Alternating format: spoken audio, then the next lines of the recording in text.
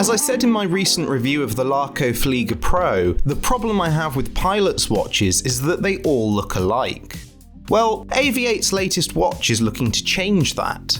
It's called the Hawker Hurricane Clowes Automatic, and as the name suggests, it honours fighter ace Arthur Clowes. Clowes served with the RAF's No. 1 Squadron for the first 3 years of the war, where he flew a Hawker Hurricane.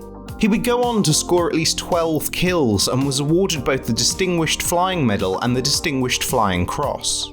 Therefore, naming this watch after him seems a fitting choice, given that it looks to pay tribute to the Hawker Hurricane and its pilots.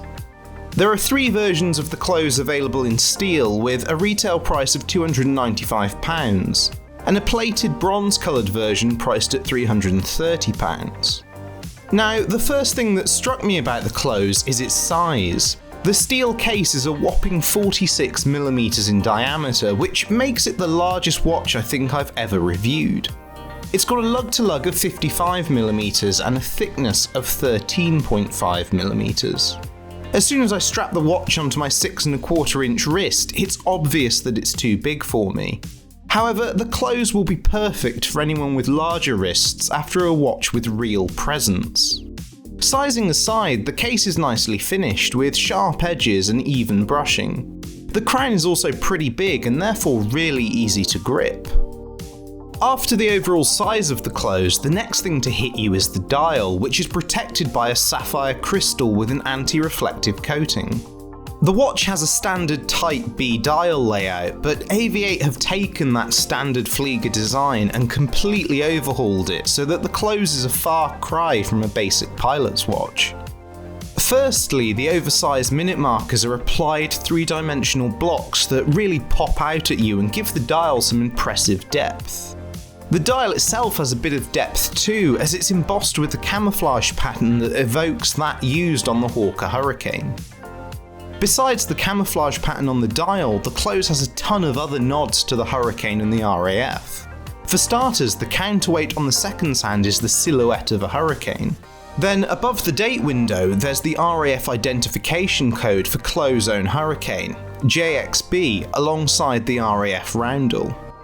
Above the minute track at 6, you'll find the inscription in Omnibus Princeps, which is Latin for first in all things, the motto of the RAF's No. 1 Squadron. Another nod to the squadron can be found on the 12-hour scale, where the 1 is highlighted orange to contrast the other red numbers. Lastly, the minute marker at 12 is red, white and blue to mimic the fin flash painted on the tail of RAF planes. Looking at the Clowes and taking all these elements in, I think they might all be a bit much. Less is often more, but that's just my personal opinion, and I'm sure there are many people who'll appreciate and enjoy these touches.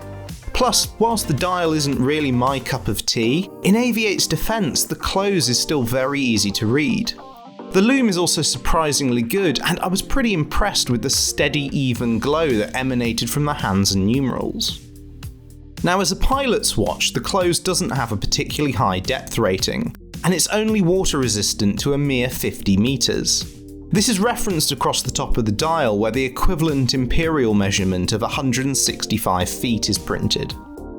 The Clowes comes on a 22mm leather strap that tapers dramatically down to 18mm. It's nice and thick, so it pairs well with the watch, and though it's not of the highest quality, it's pretty much what I'd expect for an affordable watch like this. Inside the Clowes beats a Seiko NH series automatic movement. It has 24 joules, a 3Hz beat rate, and a 41-hour power reserve. Seiko's NH series of calibers are well known for their reliability, and in that regard, this is a solid choice of movement. However, the movement doesn't have a hacking feature, so the seconds hand keeps ticking even when the crown is pulled out.